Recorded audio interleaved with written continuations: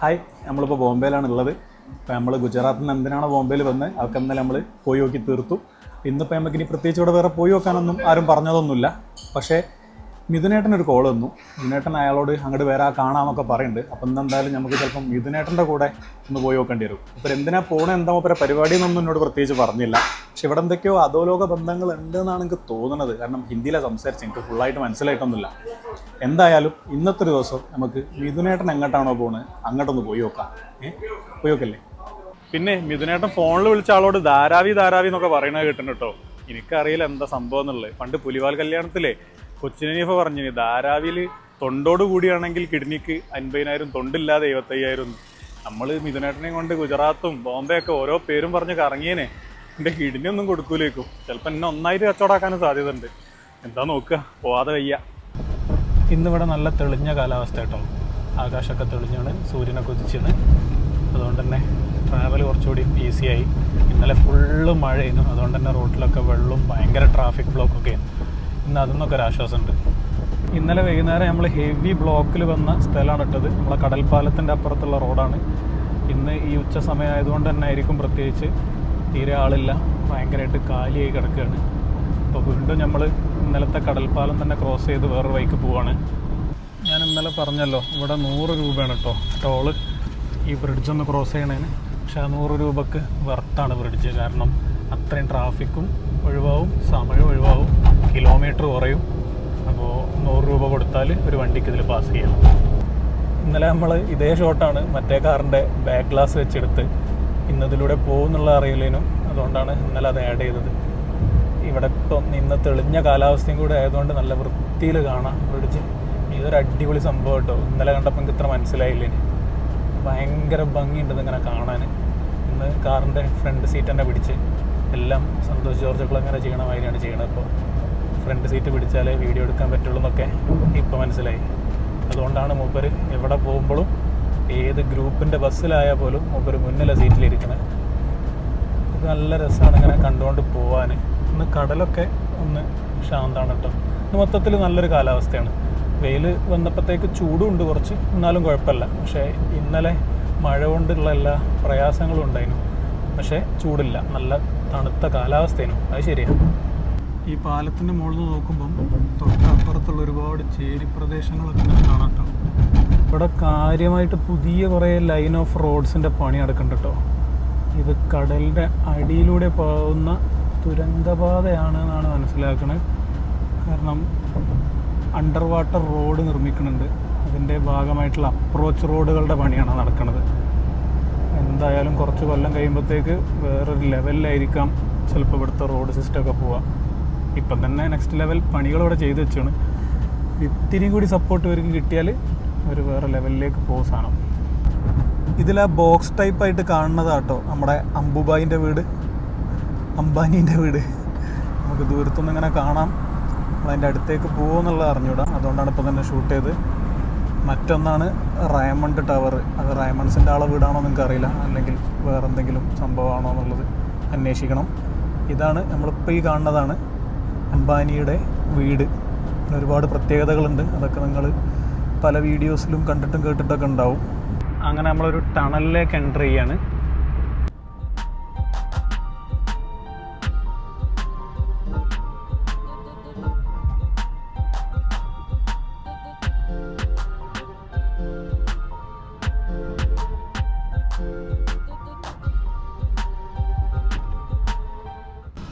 നമ്മളിപ്പം പോണ ഈ ഏരിയൻ്റെ ഒക്കെ അടിയിലൂടെ മെട്രോൻ്റെ പണി നടക്കുന്നുണ്ട് കേട്ടോ. ഇതൊരു ഓൾഡ് ടൗൺ ആണ്. അപ്പോൾ ഈ ഏരിയ ഇങ്ങനെ തന്നെ സംരക്ഷിക്കാൻ വേണ്ടിയിട്ട് ഇവിടുത്തെ മെട്രോ മൊത്തം അണ്ടർഗ്രൗണ്ടാണ് പോകുന്നത്. അണ്ടർഗ്രൗണ്ടിൽ അതിൻ്റെ പണി നടക്കുന്നതിൻ്റെ ഭാഗമായിട്ടാണ് ഈ റോഡൊക്കെ ഇങ്ങനെ ആക്കിയിട്ടത്. ഓക്കെ ഭയ്യ, താങ്ക് യു. ഇതുവരെ നമ്മൾ പറഞ്ഞ ഇൻഫർമേഷൻസൊക്കെ നമുക്ക് പറഞ്ഞു തന്നത് നമ്മൾ ഡ്രൈവർ ഭയ്യേനെ കേട്ടോ. നമ്മൾ വീഡിയോ എടുക്കുന്ന കണ്ടപ്പോൾ മൂപ്പർക്ക് ഭയങ്കര താല്പര്യമായി. മൂപ്പർ ഓരോന്ന് കാണുമ്പോൾ ഇങ്ങനെ പറഞ്ഞുതരും. ആ സ്ഥലത്താനായി വീഡിയോ ഓണാക്കിക്കോ എന്നൊക്കെ പറയും. നല്ല അടിപൊളി ഒരാളേനു. അതുകൊണ്ട് കുറേ കാര്യങ്ങൾ മൂപ്പർ പറഞ്ഞു തന്നു. മിഥുനേട്ടൻ നമ്മൾ എങ്ങോട്ടോ കൊണ്ടുപോകുന്നുണ്ട് ഗൈസ്. നമ്മളൊന്നും ചോദിക്കാൻ നിന്നില്ല. മിഥുനേട്ടൻ നമുക്കൊരു ചായ വാങ്ങിത്തരാമെന്ന് പറഞ്ഞിട്ടുണ്ട്. നമുക്ക് എന്തായാലും അത് കുടിക്കാം. ഒരു കടിച്ചായ കുടിക്കാം. അറക്കാൻ കൊണ്ടുപോകുമ്പോൾ തന്നെ വെള്ളം കൊടുക്കാമെന്ന് പറയണ മാതിരി ആവാന്നാൽ മതിയേനെ. എന്തായാലും ഒരു ട്രഡീഷണൽ ചായക്കടയാണെന്ന് തോന്നുന്നു. ചേട്ടൻ തൊപ്പിയൊക്കെ ഇട്ടിട്ടുണ്ട്. ഇവിടെ നല്ല അടിപൊളി കപ്പിലാട്ടോ ചായ, അല്ലാണ്ട് ഇലയിലൊന്നല്ല. ചായ കുടിച്ചു നോക്കാം.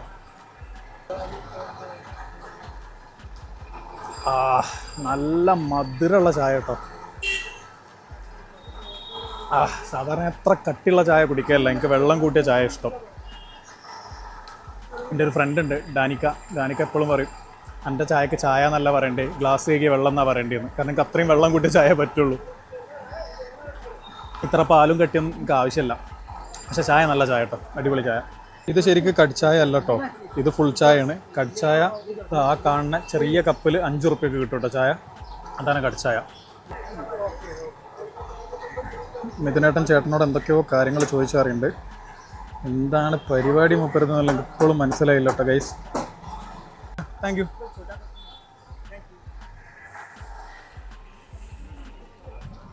ഇവിടെ വീഡിയോ എടുക്കാൻ എല്ലാവരും സപ്പോർട്ടാട്ടോ. ഹായ് പഞ്ഞിമിഠായി, വീഡിയോ എടുക്കാൻ എല്ലാവരും സപ്പോർട്ടാ.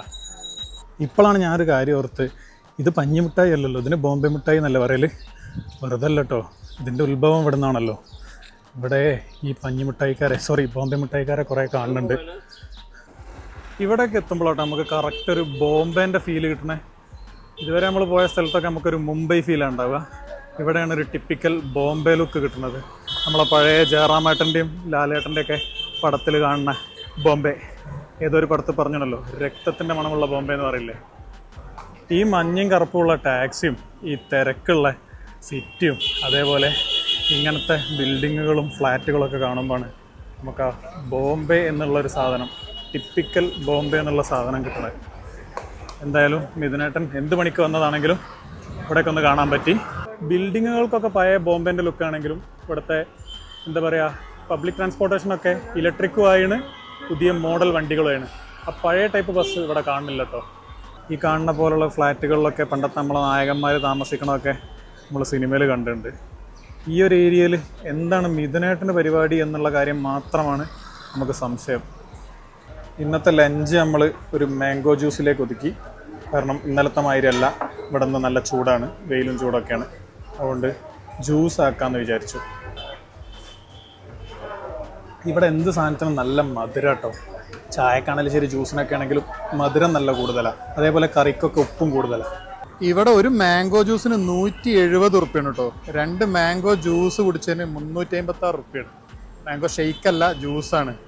അത് വേറൊന്നും കൊണ്ടല്ല, മാങ്ങക്കൊക്കെ വില കുറവ് തന്നെയാണ്. പക്ഷേ ഇവിടുത്തെ റിയൽ എസ്റ്റേറ്റ് കോസ്റ്റ് അത്രയും കൂടുതലാണ്. നമ്മളെ നാട്ടിലൊരു 1000 സ്ക്വയർ ഫീറ്റ് ഇട്ട് നടത്തുന്ന കച്ചവടമൊക്കെ ഇവിടെ ഒരു 10 സ്ക്വയർ ഫീറ്റിൻ്റെ ഉള്ളിൽ നടത്തുട്ടോ. അതെന്താ വെച്ചാൽ ഇവിടെ അങ്ങനെ സ്ഥലം കിട്ടാനുള്ളൂ, ഇനി അത്രയും വാടകയാണ്. അതുകൊണ്ട് തന്നെ സ്ഥാപനത്തിൻ്റെ വലിപ്പത്തിനനുസരിച്ച് സാധനങ്ങളെ വില കൂടും. പ്രത്യേകിച്ച് ഭക്ഷണ സാധനങ്ങൾ കേട്ടോ. വലിയൊരു ഹോട്ടലാണ്, അത്യാവശ്യം ഇരുന്നൊക്കെ കഴിക്കാനുള്ള ഒരു ഹോട്ടലാണെന്നുണ്ടെങ്കിൽ ഈ പറഞ്ഞ മാതിരി റേറ്റ് വരും. അതല്ല ഒരു 10 സ്ക്വയർ ഫീറ്റുള്ള ചെറിയ ജ്യൂസ് കടയാണെങ്കിൽ അതിനനുസരിച്ച് റേറ്റ് വരുള്ളൂ. ഇതിനായിട്ടും കുറേ നേരമായിട്ട് എന്തോ ഒരു അഡ്രസ്സ് തപ്പി നടക്കുക കേട്ടോ. നമ്മൾ ഏതൊക്കെയോ ഗല്ലി കൂടെയൊക്കെ കൊണ്ടുപോകുന്നുണ്ട്. നമുക്ക് ഫോളോ ചെയ്ത് പോവുക എന്നല്ലാതെ വേറൊരു ഓപ്ഷൻ ഇല്ല ഗൈസ്. പോവുക ഗൈസ്. നമ്മളെ മിഥുനേട്ടൻ ഏതൊക്കെയോ നിഗൂഢമായ സ്ഥലങ്ങളിലൂടെ കേട്ടോ കൊണ്ടുപോകണം. ഇവിടെയൊക്കെ എത്ര ചെറിയ സാധനങ്ങളാന്ന് പറഞ്ഞാലും AC ഉണ്ട് കേട്ടോ. സംഭവം ഗല്ലി കാണുമ്പോൾ നമുക്ക് എന്തൊക്കെയോ തോന്നുമെങ്കിലും ഇല്ലൊരു AC കാര്യങ്ങൾ. പടച്ചോനെ, മിഥുനേട്ടൻ എങ്ങോട്ടാണ് നമ്മളെ കൊണ്ടുപോകണേ? ഒരു ഐഡിയ ഇല്ലേ? ടോർച്ചൊക്കെ ഉണ്ട്.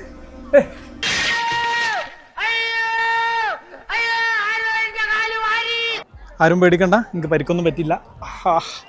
പിന്നെ മിഥുനേട്ടൻ എന്തോ ഒരു ഡീലിന് പോയതേനി. അതുകൊണ്ട് തന്നെ ഫോൺ ഇത്ര നേരം മിഥുനേട്ടൻ്റെ കസ്റ്റഡിയിലേനു. നമുക്കിപ്പോഴാണ് ഫോൺ വിട്ടെന്ന്.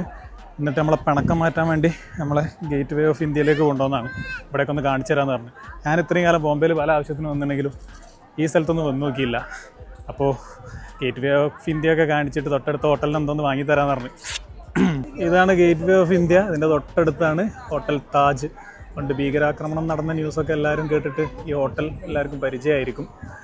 നല്ല ക്രൗഡാണ്, ഒരു രക്ഷയില്ല. ദുനിയാവിലുള്ള മുഴുവൻ ആൾക്കാരും ഇവിടെ ഉണ്ടെന്ന് തോന്നുന്നു. അങ്ങോട്ടേക്കൊന്നും നിങ്ങൾക്ക് കാണണമെന്നല്ല, മൊത്തം കുറേ തലകൾ മാത്രം. എല്ലാവരും ഫോട്ടോ എടുക്കുന്നുണ്ട്, വീഡിയോ എടുക്കുന്നുണ്ട്. എനിക്ക് ക്രൗഡ് കുറച്ച് അലർജിയാണ്. അതുകൊണ്ട് തന്നെ ഞാൻ മെല്ലെ ഈ സ്ഥലമൊക്കെ ഒന്ന് കണ്ട് ജസ്റ്റ് ഈ വീഡിയോ എടുത്ത് ഇവിടുന്ന് മടങ്ങുകയാണ്. മിഥുനേട്ടനെ എനിക്ക് ഈ തിരക്കിൽ എവിടെയോ നഷ്ടപ്പെട്ടു. മിഥുനേട്ടൻ എങ്ങനെയെങ്കിലും ഈ തിരക്കൊന്ന് കണ്ടുപിടിക്കണം. ഇനി ആർക്കെങ്കിലും ഫോട്ടോ എടുത്ത് കൊടുക്കാൻ പോയോ എന്ന് എനിക്കറിയില്ല. അങ്ങനത്തെ സഹായങ്ങളൊക്കെ ചോദിച്ചാൽ പെട്ടെന്ന് ചെയ്യുന്ന ഒരാളാണ് ഞാൻ. എന്തായാലും മൂപ്പരം തപ്പി പിടിക്കട്ടെ. ആൾക്കൂട്ടത്തിൽ നമുക്ക് കാണാതായ മിഥുനേട്ടനെ തിരിച്ചു കിട്ടിയിരിക്കുകയാണ്. മിഥുനേട്ടൻ ആ പ്രതിമ നോക്കി നിൽക്കുകയാണ്.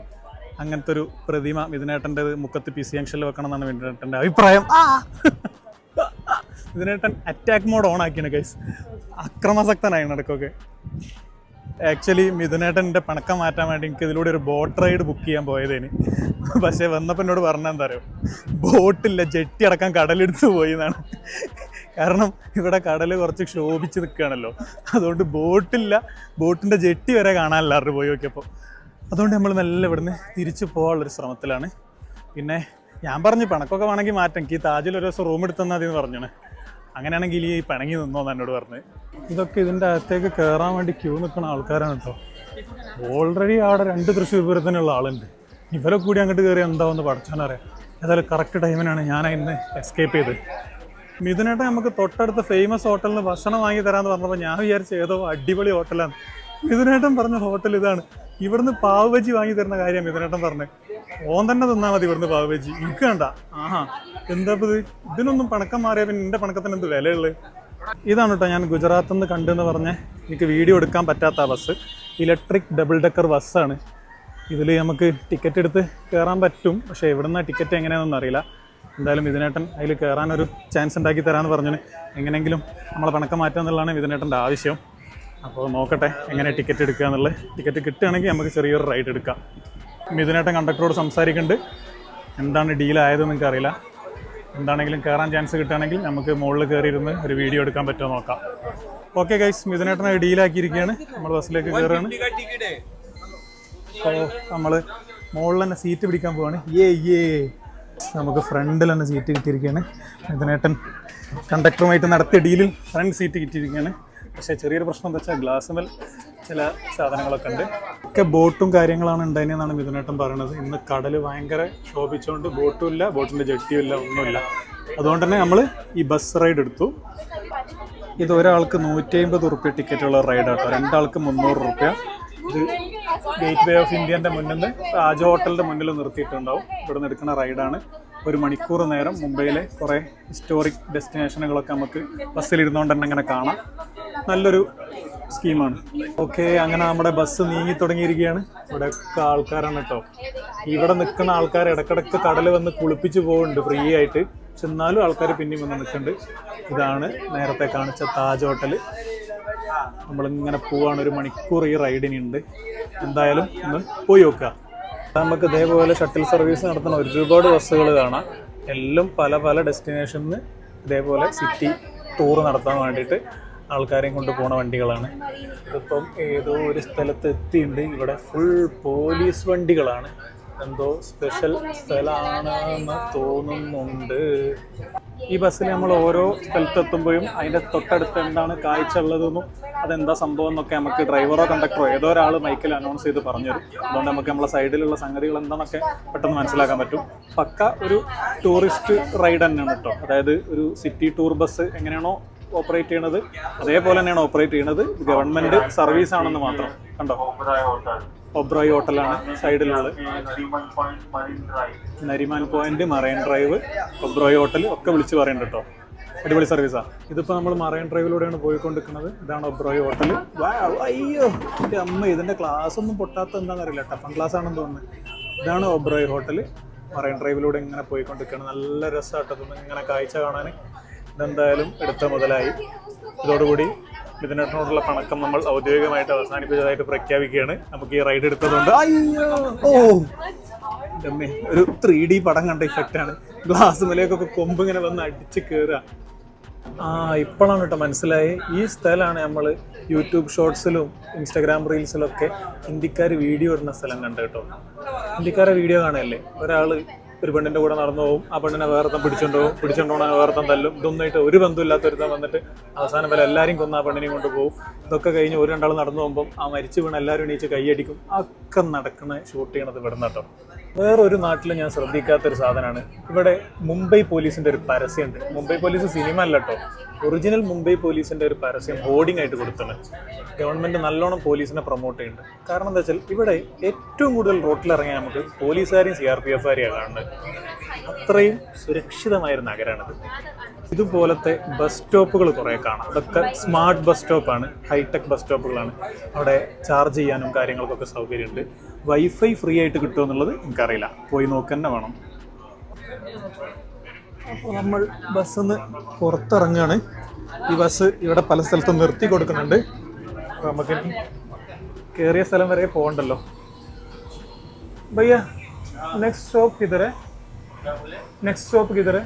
अभी CST आएगा। CST आएगा इधर पास में ही स्टॉप है। आपको किधर जाने का है? वो इधर से यूबर मिलने के लिए, वो इधर से टैक्सी मिलने के लिए, वो अंधेरी चलते हैं। आपको अंधेरी जाने का? हाँ अंधेरी जाने। तो आपको उधर ट्रेन से जाना चाहिए था ना? हाँ वो नहीं मालूम है। अभी उधर आगे उधर जाओ, वहाँ से 2 मिनट लगेगा। हाँ ओके। स्टेशन आएगा ना, हाँ उधर से मैं बताएगा आपको। ओके ओके थैंक वहाँ यू। से ट्रेन ले लो, वो जल्दी पहुँच जाएगा आपको। Okay okay. CST वहाँ से टैक्सी से दूर पड़ेगा। हाँ हाँ हाँ ओके ओके अभी उतारेगा। ओके इधर बैठे ഓക്കെ താങ്ക് യു. ഡ്രൈവർ ഭയ്യ പറഞ്ഞത് നമുക്ക് പോകാൻ പറ്റിയ സ്ഥലം. सीधे ले ना, 5 मिनट में वॉकिंग आ जाएगा स्टेशन। ओके ओके वहाँ से आप अंधेरी चले जाओ। Okay okay thank you ഭയ്യ.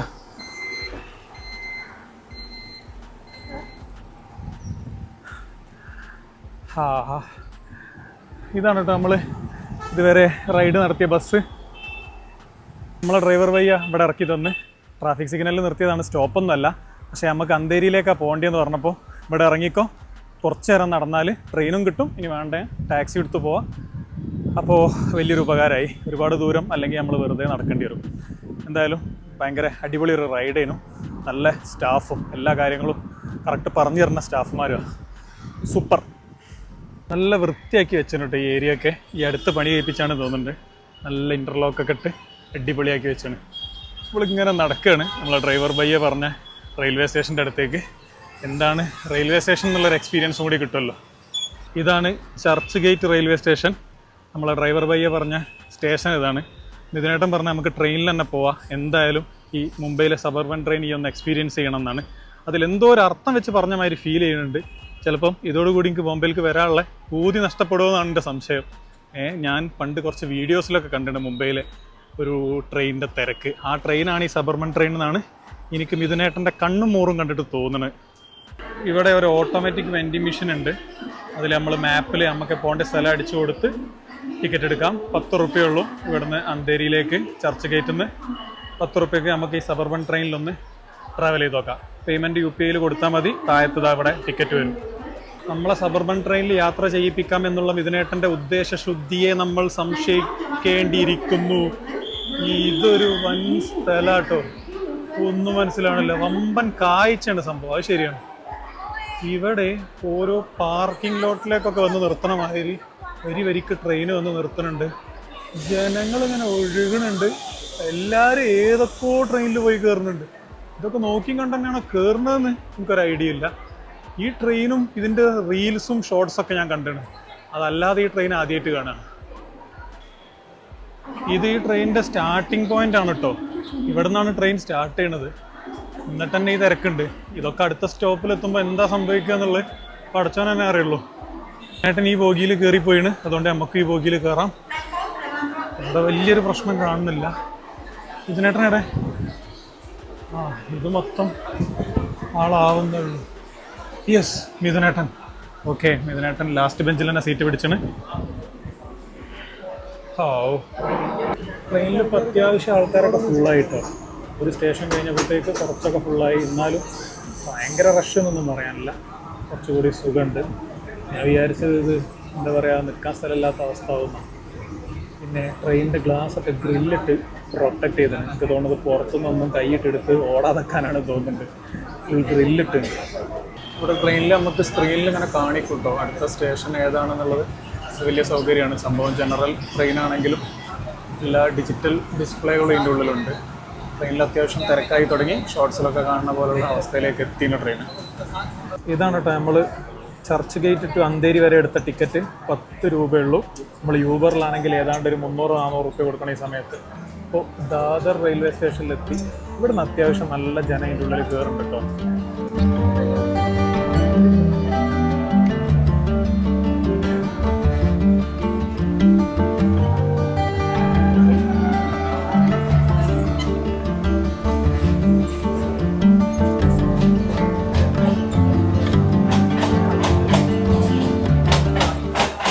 Traveling on rooftop and footboard is punishable under section 156 of Indian Railway Act 1989. ഇങ്ങനൊരു പോസ്റ്റർ ഇവിടെ ഒട്ടിച്ച് വെക്കണമെങ്കിൽ ആലോചിച്ചാൽ അറിയാം നമുക്ക് ഇവിടുത്തെ യാത്രക്കാർ എത്ര നൊട്ടോറിയസ് ആണ്. ഓക്കെ, അങ്ങനെ നമ്മൾ അന്തേരി റെയിൽവേ സ്റ്റേഷനിൽ ഇറങ്ങിയിരിക്കുകയാണ്. നല്ലൊരു യാത്ര കേട്ടോ, വേറെ ബുദ്ധിമുട്ടൊന്നും ഉണ്ടായില്ല. സീറ്റൊക്കെ കിട്ടിയതുകൊണ്ട് സുഖമായിട്ട് ഇവിടെ എത്തി. വലിയ തിരക്കില്ല ഇനൊന്ന്. ഇവിടെ കണ്ടമാനം പ്ലാറ്റ്ഫോം ഉണ്ട് കേട്ടോ, ഒരുപാട് ട്രെയിനും ഉണ്ട്, ആൾക്കാരൊക്കെ ഓടുന്നുണ്ട്. ഓരോ ട്രെയിൻ വരുന്നതിനനുസരിച്ച് ആയിരക്കണക്കിന് ആൾക്കാരാണ് കയറി പോണേ. അന്തേരി സ്റ്റേഷനാണ്. എത്ര പ്ലാറ്റ്ഫോമോ, 7, 8, 9 ഒന്നും അറിയില്ല. എന്തായാലും എല്ലാ ഭാഗത്തുനിന്നും ആൾക്കാർ ഓടി വരുന്നുണ്ട് ഇതിൻ്റെ ഉള്ളിലേക്ക്. അന്തേരി സ്റ്റേഷനിൽ നിന്ന് പുറത്തിറങ്ങുമ്പോഴൊരു കാഴ്ച കേട്ടത്, ഇവിടെ ഒരുപാട് ഫുഡ് സ്പോട്ടുകളുണ്ട്. നേരെ ഇറങ്ങിയാൽ ഇവിടെ നമുക്ക് ബസ്, ടാക്സി, ഓട്ടോ ഒക്കെ കിട്ടും. ഒരുപാട് ഫുഡ് സ്പോട്ടുകളും പിന്നെന്താ പൂക്കൾ വെക്കുന്ന ചേച്ചിമാരൊക്കെ ഉണ്ട് കേട്ടോ. നമ്മളെ ഡബിൾ ഡെക്കർ വണ്ടി ഇപ്പം പോണുണ്ട്. അങ്ങനെ നമ്മൾ ഇന്നത്തെ കറക്കമൊക്കെ അവസാനിപ്പിച്ച് അന്തേരിയിൽ നിന്നും ഒരു ഓട്ടോ ചേട്ടനെയും കൂട്ടി നമ്മളെ ഹോട്ടലിലേക്ക് പോവാണ്. ഇടയ്ക്ക് നമ്മൾ ഒരു പാനി ബോട്ടിൽ വാങ്ങാൻ ഇറങ്ങി കേട്ടോ. ടണ്ട ഇതോ നോർമൽ ഇതേതോ. അതിൻ്റെ ഇടയ്ക്ക് നമ്മൾ 2 കുപ്പി വെള്ളം വാങ്ങാൻ ഇറങ്ങിയതാട്ടോ ഓട്ടോന്ന്. കാരണം നമ്മളെ ഹോട്ടലിൽ ഒരു കുപ്പി വെള്ളം ചോദിച്ചാൽ ഒരു കുപ്പിക്ക് 50 റുപ്യാണ്. സംഭവം 20 റുപ്യുള്ളൂ പുറത്ത്. ഓക്കെ ഭയ്യ, താങ്ക് യു. അങ്ങനെ നമ്മൾ 2 ബോട്ടിൽ വെള്ളം വാങ്ങി. നമ്മളെ ഹോട്ടലിൽ വെള്ളത്തിന് ഭയങ്കര വില. ഗൂഗിൾ പേ. അങ്ങനെ നമ്മൾ ഹോട്ടലിൽ എത്തിയിരിക്കുകയാണ്. ഓ